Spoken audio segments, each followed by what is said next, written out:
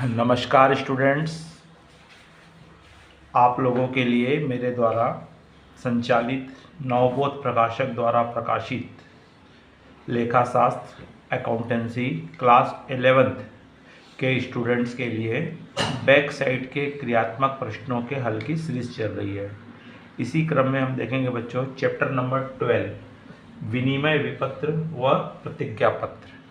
आज मैं आप लोगों को इस वीडियो में इसका कॉन्सेप्ट समझाऊंगा कि ये होता क्या है और क्यों लिखा जाता है। बच्चों, अगर आप इस चैनल में नए हैं या पहली बार देख रहे हैं तो तत्काल चैनल को सब्सक्राइब कर दीजिए, आइकॉन बेल को पुश कर दीजिए, जिससे कि आपको आने वाले सभी चैप्टर्स के बैक साइड के क्रियात्मक प्रश्नों के हल मिल सके।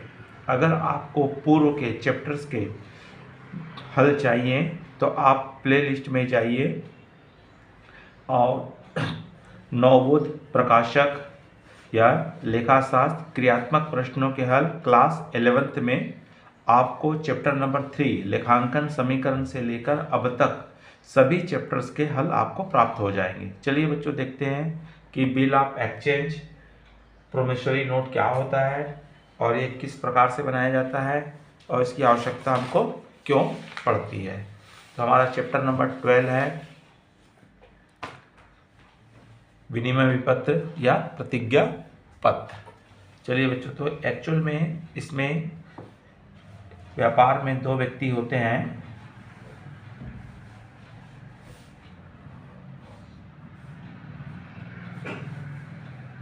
तो यहाँ दो व्यक्ति हैं, राम और श्याम।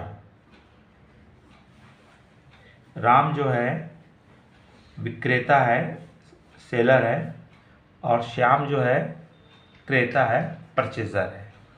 राम ने श्याम को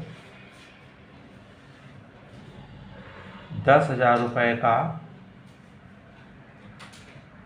उधार माल बेचा। गुड्स सोल्ड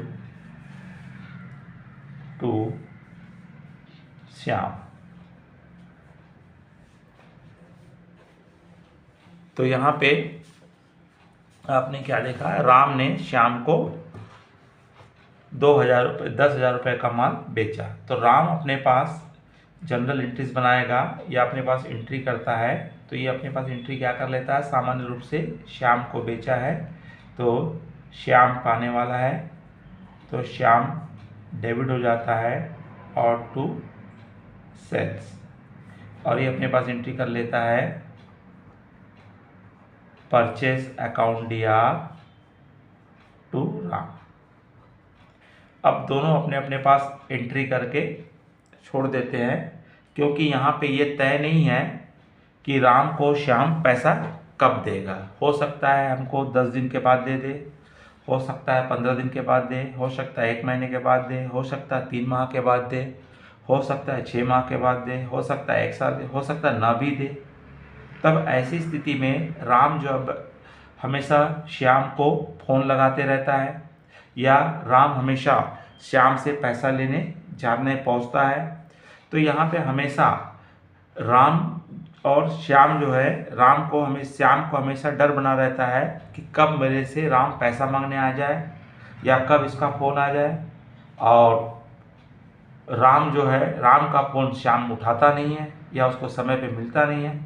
तो धीरे धीरे इन दोनों के बीच में रिलेशन ख़राब होने लगते हैं, व्यावसायिक रिलेशन ख़राब होने लगते हैं।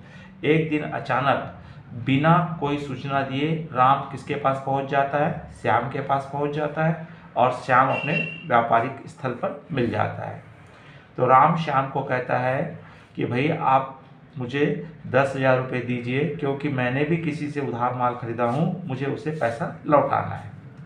तो श्याम कहता है अभी तो मेरे पास नहीं है। तो राम कहता है ठीक है भाई, आप मुझे कब देना चाहते हो। तो राम कहता है कि भाई चाहे आप कब देना चाहते हो, आप मुझे एक निश्चित डेट बता दीजिए, जिससे कि मैं उसी डेट में मैं या मेरा कोई व्यक्ति आपसे आकर के संपर्क करेगा। तो राम कहता है ठीक है, श्याम कहता है ठीक है, मैं आपको 2 महीने के पश्चात आपको पैसा दे दूंगा। तो राम कहता है श्याम को, एक काम कीजिए, मुझे आप राइटिंग में दे दीजिए, लिखित में दे दीजिए। तो श्याम कहता है राम से, ठीक है मैं लिख देता हूँ। तो राम जो है अपने पास एक सादे कागज़ पे या जो स्टैम्प पेपर होता है उसमें लिखा जाता है। तो क्या लिखेगा ये लिखता है उस सादे कागज़ में राम अपना दुकान का नाम लिख देता है, राम क्लॉथ स्टोर, डेट जिस दिन ये भी लिख रहा है, और ये लिखता है यहाँ पे मुझे या मेरे आदेशित व्यक्ति को 10,000 रुपये दिनांक। अब इसने उसको कितने माह का टाइम दिया, 2 मंथ का टाइम दिया है। मान लीजिए ये हुआ था सौदा हमारा 1 जनवरी को हुआ था, तो 1 जनवरी से 2 माह कब होगा, 1 फरवरी 1 मार्च, है ना। जनवरी को हुआ तो 2 महीना बोला है, तो 1 फरवरी को 1 महीना होगा और 1 मार्च को 2 महीना होगा। 3 दिन और उसको एक्स्ट्रा दिया जाता है, जिसे यहाँ ग्रेस डे कहा जाता है या अनुग्रह दिवस कहा जाता है, कि जिससे कि आपको जैसे 1 तारीख हो, 1 तारीख को पता चला कि संडे है और बैंक बंद है तो आपको देने से मना कर सकता है, या कोई हॉलीडे हो है, तो इसलिए उसको एक्स्ट्रा 3 डेज दे दिए जाते हैं कि भाई आप और 3 दिन एक्स्ट्रा ले लीजिए। तो अर्थात 1 मार्च तक हो रहा था, 3 दिन और मिलेगा तो क्या आ जाएगा 4 अप्रैल। तो 4 अप्रैल 4/4 जो भी हमारी डेट थी को भुगतान किया जाए, जिसकी सेवा दी जा चुकी है।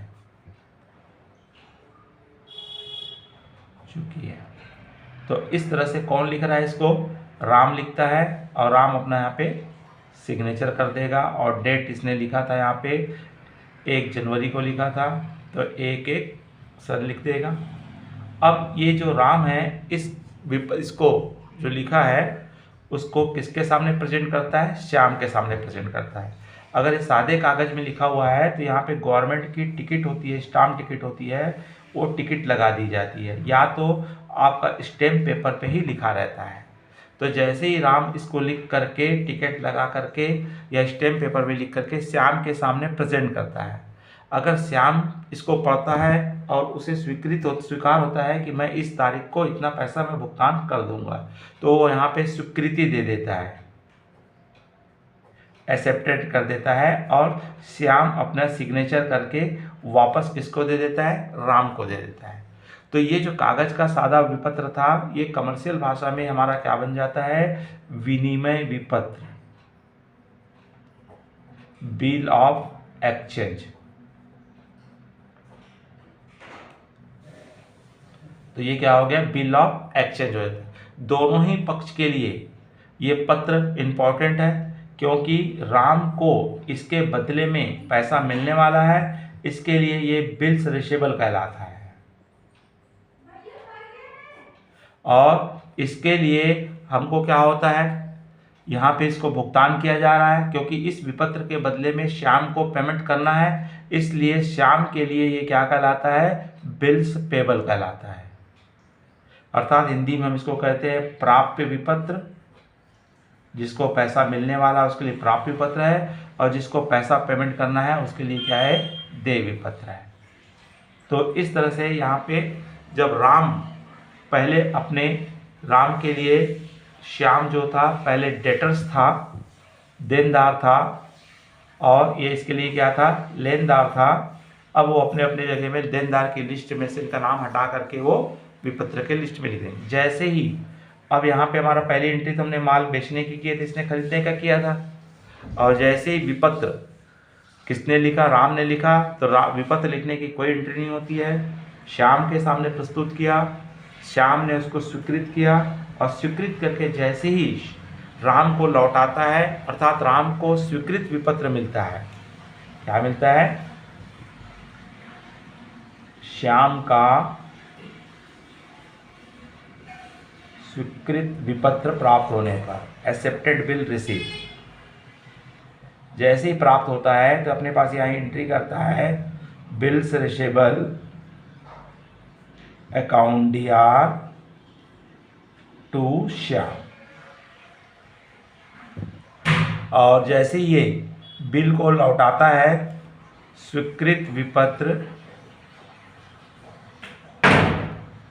लौटाने पर, जैसे ही विपत्र लौटाता है तो ये अपने पास एंट्री करता है राम को डेबिट करेगा और टू करता है बिल्स पेबल।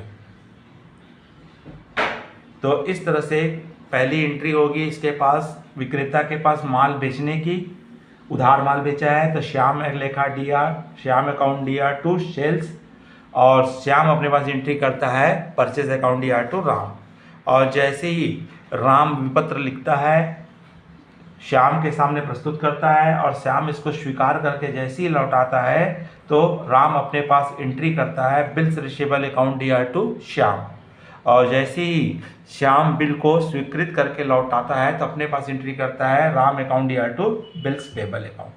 तो इस तरह से 2 एंट्री हमारी कंपलसरी होगी। अब इसके पश्चात किसके पास, राम के पास, विक्रेता के पास 4 हमको अल्टरनेट सुविधाएं हैं इसके पास कि ये चाहे नंबर 1 कंडीशंस है, नंबर 1 है चाहे तो विक्रेता विपत्र को अपने पास देय तिथि तक रखे। क्या करता है यहाँ पे, विक्रेता बिल को अपने पास ड्यू डेट तक रखता है और जिस दिन ड्यू डेट होता है उस दिन उसके सामने प्रेजेंट करके पैसा वसूल कर लेता है। दूसरा कंडीशन है कि अगर विक्रेता को पैसे की आवश्यकता है तो देय तिथि के पूर्व बैंक से डिस्काउंट पे बट्टे पर भुनाया जा सकता है। अगर टाइम के पहले अगर विक्रेता को पैसे की सख्त आवश्यकता है तो विक्रेता चाहे तो बिल को बैंक से डिस्काउंट में इन कैश करा सकता है। तीसरी कंडीशन है अगर विक्रेता को किसी अन्य पक्ष को भुगतान करना है तो विपत्र को उस पक्ष के नाम बेचान कर सकता है, अर्थात थर्ड पार्टी को इस विपत्र के द्वारा हम भुगतान भी कर सकते हैं। और चौथा कंडीशन है हमको लगता है यदि विपत्र विक्रेता के पास विक्रेता के पास रखा है, गुम हो सकता है, चोरी हो सकता है तो ऐसी स्थिति में हम इसे बैंक में जमा कर सकते हैं, बैंक में संग्रहण हेतु भेज सकते हैं। तो इस तरह से आपको यहाँ पे 4 कंडीशन है, चारों कंडीशन से हमको क्या बनाने हैं, इसके जनरल एंट्रीज बनाने हैं, इनके सवाल हमको बनाने हैं। तो ये था बच्चों आपका बिल ऑफ एक्सचेंज, विनिमय पत्र क्या होता है और इसमें हमको क्या क्या सुविधाएं प्राप्त होती है। चलिए बच्चों, हम अगले वीडियो से आपको इसके बैक साइड के क्रियात्मक प्रश्नों को हम बताएंगे। चलिए, नमस्कार, जय हिंद, जय भारत।